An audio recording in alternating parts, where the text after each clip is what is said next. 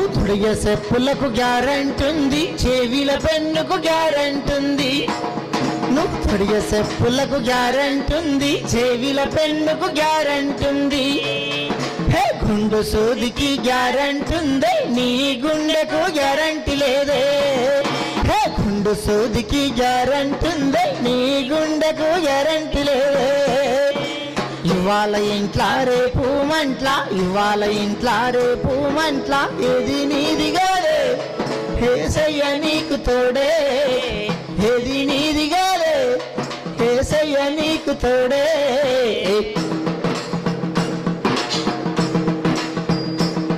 నువ్వు తొడిగే చెప్పులకు గ్యారెంటీ ఉంది, చెవిల పెన్నుకు గ్యారెంటీ ఉంది.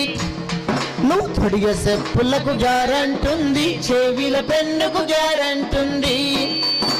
గుండు సూదికి గ్యారెంటీ ఉంది, నీ గుండెకు గ్యారెంటీ లేదే. గుండు సూదికి గ్యారెంటీ ఉంది. ఒకసారి ఆలోచించండి, వాస్తవం కదండి. గుండు సూదికి గ్యారెంటీ ఉంది, గుండు సూదికి గ్యారెంటీ ఉంది, కానీ మనిషి గుండెకు గ్యారెంటీ లేదండి.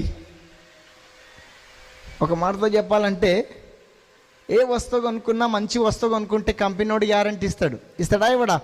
ఇస్తాడు. కొత్తగూడెం ప్రాంతంలో హైదరాబాదులో అయితే చెప్పులు కొనుక్కుంటే చెప్పులకు కూడా గ్యారెంటీ ఉంటుంది. కానీ 200 రూపాయలు పెట్టి 300 రూపాయలు పెట్టి కొనుక్కుంటే ఇవ్వడు. అమ్మో 500 రూపాయలు పెట్టి కొనుక్కుంటే కూడా చెప్పులకు గ్యారెంటీ ఇవ్వడు.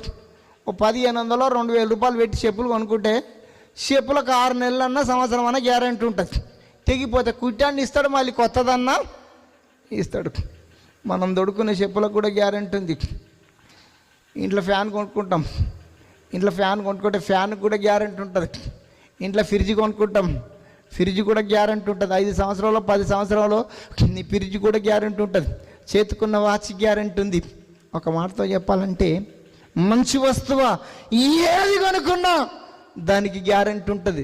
ఇంతెందుకు, మనం కట్టుకున్న గోడలకు కూడా గ్యారెంటీ ఇస్తాడు సిమెంట్ ఫ్యాక్టరీడు.